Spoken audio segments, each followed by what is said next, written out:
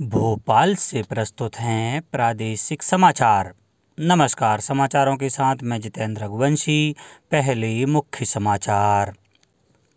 प्रदेश विधानसभा का बजट सत्र 7 से 25 मार्च तक। मुख्यमंत्री आज जल जीवन मिशन में लाभान्वित ग्रामीण परिवारों से संवाद करेंगे।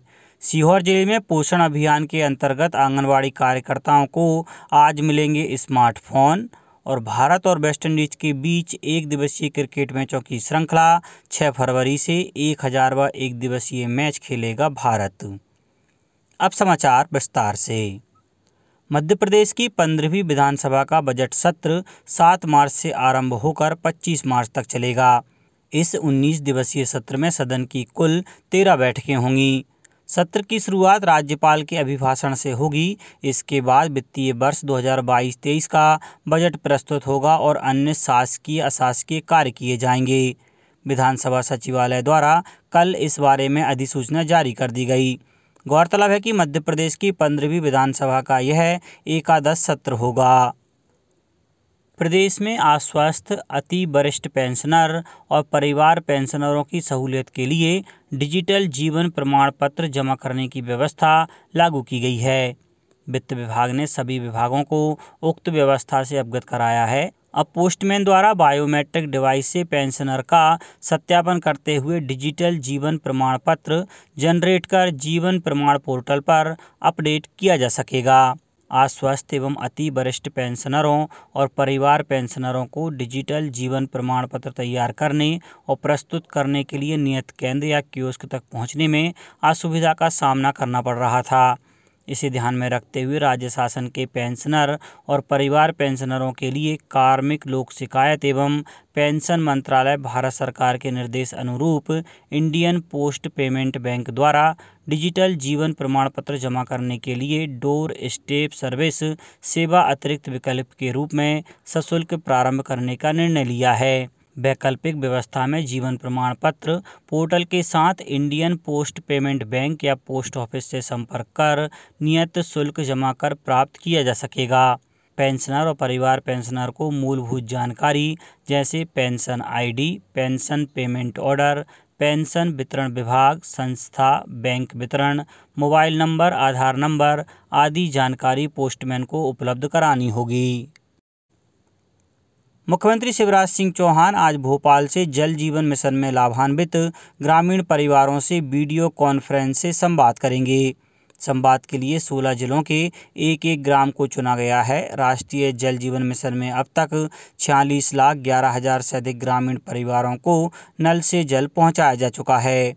प्रदेश में 4,044 ग्राम ऐसे हैं जहां हर घर में जल की उपलब्धता सुनिश्चित की जा चुकी है। मुख्यमंत्री शिवराज सिंह चौहान ने कल नई दिल्ली में प्रधानमंत्री नरेंद्र मोदी से मुलाकात की और प्रदेश से जुड़ी विभिन्न विकास योजनाओं की जानकारी दी। श्री चौहान ने कैन बेतवा लिंक परियोजना पर बजट में किए गए प्रावधान के लिए प्रधानमंत्री का आभार व्यक्त किया और उन्हें इस परियोजना के भूमि पूजन के लिए आमंत्रित किया। मुख्यमंत्री श्री शिवराज सिंह चौहान द्वारा गणतंत्र दिवस पर प्रदेशवासियों के नाम अपने संदेश में प्रदेश में चिकित्सा शिक्षा का पाठ्यक्रम हिंदी में किए जाने की घोषणा के परिपालन में चिकित्सा शिक्षा विभाग ने कार्यवाही शुरू कर दी है। चिकित्सा शिक्षा मंत्री श्री विश्वास कैलाश सारंग ने बताया कि मुख्यमंत्री श्री चौहान की मंशा अनुरूप प्रदेश के चिकित्सा शिक्षा विभाग के अधीन संचालित चिकित्सा महाविद्यालयों में चिकित्सा पाठ्यक्रम को हिंदी में पढ़ाए जाने की कार्यवाही जारी है। इसी अनुक्रम में कार्यवाही कर गांधी चिकित्सा महाविद्यालय भोपाल से इसकी शुरुआत करने के निर्देश दिए गए हैं। मंत्री श्री सारंग द्वारा चिकित्सा शिक्षा के पाठ्यक्रम में हिंदी भाषा के उपयोग को बढ़ावा देने और MBBS के प्रथम वर्ष के विषयों के लिए हिंदी में सप्लीमेंट्री पुस्तकों को तैयार करने के लिए विषय विशेषज्ञों से चर्चा भी की गई। मंत्री श्री सारंग ने अटल बिहारी हिंदी विश्वविद्यालय के कुलपति, रजिस्ट्रार तथा एम्स भोपाल और गांधी चिकित्सा महाविद्यालय के चिकित्सकों के साथ आयुक्त चिकित्सा शिक्षा की उपस्थिति में विचार विमर्श किया। मध्य प्रदेश हाईकोर्ट से प्रदेश के अनुदान प्राप्त प्राइवेट कॉलेजों के शिक्षकों को बड़ी राहत मिली है। कोर्ट ने कल सरकार से कहा है कि ऐसे कॉलेजों के शिक्षकों को भी 7वें वेतनमान का लाभ देने पर विचार किया जाए। जस्टिस अतुल श्रीधरन की एकल पीठ ने मध्य प्रदेश अशासकीय महाविद्यालयीन प्राध्यापक संघ की याचिका पर जल्द निर्णय लेने के निर्देश सरकार को दिए। मुख्यमंत्री श्री शिवराज सिंह चौहान 4 फरवरी को मध्य प्रदेश की उन विभूतियों को सम्मानित करेंगे जिन्हें इस वर्ष पद्मश्री सम्मान दिए जाने की घोषणा हुई है। सम्मान समारोह मुख्यमंत्री निवास पर सायं आयोजित किया जाएगा। इस वर्ष मध्य प्रदेश की विभूतियों में चिकित्सा के क्षेत्र में स्वर्गीय डॉक्टर NP मिश्रा, कला के क्षेत्र में श्रीमती दुर्गाबाई व्याम, श्री अर्जुन सिंह धुर्वे एवं श्री राम सहाय पांडे तथा शिक्षा एवं साहित्य के क्षेत्र में श्री अवध किशोर जड़िया को पद्मश्री सम्मान दिए जाने की घोषणा की गई है। इन सभी को मुख्यमंत्री श्री चौहान सम्मानित करेंगे। स्वर्गीय डॉक्टर NP मिश्रा की ओर से सम्मान उनके पुत्र श्री सुनील मिश्रा प्राप्त करेंगे। स्वास्थ्य मंत्रालय ने कहा है कि देश की पात्र आबादी को अब तक 168 करोड़ कोविड टीके लगाए जा चुके हैं। मंत्रालय ने एक ट्वीट में कहा है कि भारत कोविड के खिलाफ लड़ाई में एक और उपलब्धि हासिल करने के लिए तेजी से आगे बढ़ रहा है। इधर प्रदेश में भी 11 करोड़ 77 हज़ार से अधिक वैक्सीन के डोज लगाए जा चुके हैं। इसमें 5 करोड़ 74 लाख से अधिक नागरिकों को प्रथम डोज और 5 करोड़ 18 लाख से ज़्यादा नागरिकों को वैक्सीन की दोनों डोज लगाई गई हैं। प्रदेश में 7,15,786 नागरिकों को एहतियाती डोज भी लग चुकी है। मुख्यमंत्री शिवराज सिंह चौहान आज मंत्रालय से वीडियो कॉन्फ्रेंस के माध्यम से सीहोर जिले में पोषण अभियान के अंतर्गत आंगनवाड़ी कार्यकर्ताओं को 1,465 स्मार्टफोन वितरित करेंगे। जिला स्तरीय स्मार्टफोन वितरण कार्यक्रम स्थानीय टाउन हॉल में आयोजित किया गया है। एक अन्य कार्यक्रम में मुख्यमंत्री जल जीवन मिशन के अंतर्गत ग्रामीण नल जल योजनाओं पर भी सीहोर जिले के ग्राम सतपिपरिया के ग्रामीणों से संवाद करेंगे। राज्य में सरकारी नौकरियों में पदोन्नति में आरक्षण पर बैठक 8 फरवरी को आयोजित की गई है। गृह मंत्री डॉक्टर नरोत्तम मिश्रा ने बताया कि बैठक में अजाक्स और सपाक्स संगठन के पदाधिकारियों को भी आमंत्रित किया जाएगा। डॉक्टर मिश्रा ने शासकीय सेवकों को उनके सेवा काल में पात्रता अनुसार पदोन्नति के अवसर प्रदान करने के लिए गठित मंत्री समूह की बैठक की अध्यक्षता की। बैठक में शासकीय सेवकों को पात्रता अनुसार पदोन्नति के संबंध में भविष्य की रणनीति के निर्धारण के विभिन्न बिंदु पर चर्चा हुई। नागरिक उड्डयन मंत्री ज्योतिरादित्य सिंधिया ने कल लोकसभा में एक प्रश्न के उत्तर में जानकारी दी कि ओमिक्रॉन का प्रभाव कम होने पर अंतर्राष्ट्रीय उड़ानें फिर से आरंभ होंगी। गौरतलब है कि कोविड संक्रमण के कारण अंतर्राष्ट्रीय उड़ानों की आवाजाही लंबे समय से बंद है। अब बात मौसम की। मध्य प्रदेश में मौसम का मिजाज फिर बदल गया है। तेज ठंडी हवाओं का भोपाल और इंदौर समेत पूरे प्रदेश में असर नजर आया। इससे दिन के तापमान में 4 डिग्री सेल्सियस तक गिरावट आई। वहीं भिंड में गुरुवार शाम ओले गिरे। बैतूल, भोपाल, धार, गुना, ग्वालियर, होशंगाबाद, इंदौर, राजगढ़, रतलाम, शाजापुर, उज्जैन, सिवनी और सीधी में 1 डिग्री से लेकर 4 डिग्री तक अधिकतम तापमान नीचे आ गया। उज्जैन, धार और शाजापुर में सबसे ज़्यादा 4 डिग्री सेल्सियस तापमान गिरा। बुंदेलखंड, महाकौशल और विंध्य के अधिकांश इलाकों में इसका असर नहीं दिखाई दिया। यहां पर पारा जबलपुर, खजुराहो, नौगांव और सतना में दिन का पारा 3 डिग्री तक चढ़ गया। अब रात का पारा भी नीचे आने की संभावना है। यह 10 डिग्री सेल्सियस तक आ सकता है। मौसम वैज्ञानिक PK साहा ने बताया कि पहाड़ी इलाकों में बर्फबारी हुई है। इसके साथ ही हवाओं की रफ्तार काफ़ी तेज़ है।